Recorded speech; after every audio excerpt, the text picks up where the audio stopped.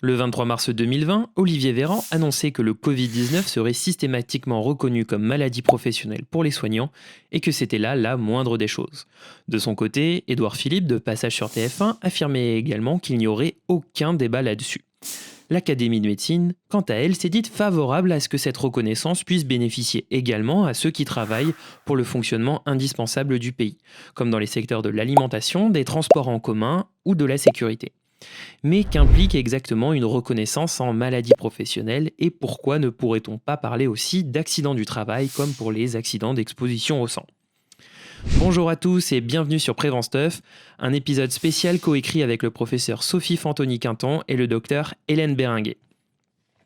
Depuis le début de l'épidémie, de nombreux personnels soignants ont déjà été contaminés par le SARS-CoV-2. La plupart ont fait des formes bénignes et ont pu reprendre le travail rapidement. Malheureusement, d'autres ont fait des formes graves et certains en sont décédés. Il est donc légitime de s'interroger sur la reconnaissance de ces contaminations au titre des risques professionnels. Mais d'ailleurs, à quoi ça sert exactement la reconnaissance en maladie professionnelle? Eh bien, cela permet tout d'abord pour les salariés de bénéficier d'une protection sociale améliorée, comme la prise en charge à 100% des frais médicaux, l'absence de jours de carence ou le maintien de salaire.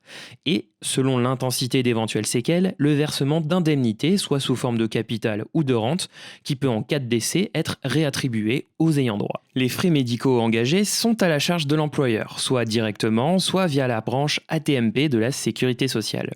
Ce qui a pour but en théorie de pousser vers davantage de prévention et d'empêcher la survenue de ces maladies. Alors concrètement, comment est-ce que ça se passe? Eh bien en pratique, tout part des fameux tableaux de maladies professionnelles qui sont annexés au Code de la sécurité sociale. Publiés par décret, ils sont le fruit d'un consensus entre partenaires sociaux et se basent sur des critères médicaux et techniques afin de déterminer ce qui peut d'emblée être reconnu comme une maladie professionnelle. On parle alors de la présomption d'origine professionnelle. On y distingue la désignation de la maladie, le délai de la prise en charge, qui est le délai maximum entre la cessation d'exposition au risque et la constatation de la maladie, et les travaux exposant au risque. Si une personne présente tous les critères, la maladie peut être reconnue d'office, soit par le médecin conseil, quand on dépend de la sécurité sociale, soit directement par son administration, si on est fonctionnaire.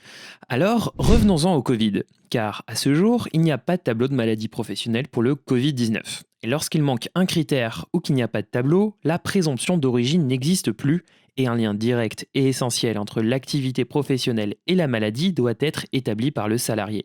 Cette reconnaissance, dite hors tableau, passe par une analyse du dossier soit par la commission de réforme pour les fonctionnaires, soit par le comité régional de reconnaissance des maladies professionnelles pour les contractuels.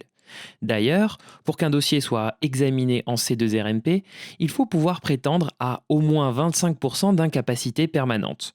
Ce pourcentage exprime l'importance des séquelles résultantes de la maladie.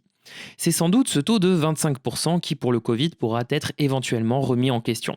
À moins que, par décret, on ajoute le Covid au tableau des maladies professionnelles abordant les pathologies infectieuses contractées en secteur de soins, ce qui simplifierait tout pour les soignants en cette période de pandémie. La grande question est quels seront les critères pour qu'un Covid soit reconnu comme maladie professionnelle? Faudra-t-il avoir forcément un test PCR positif? Cela semble exclu compte tenu de la valeur prédictive négative de ces tests.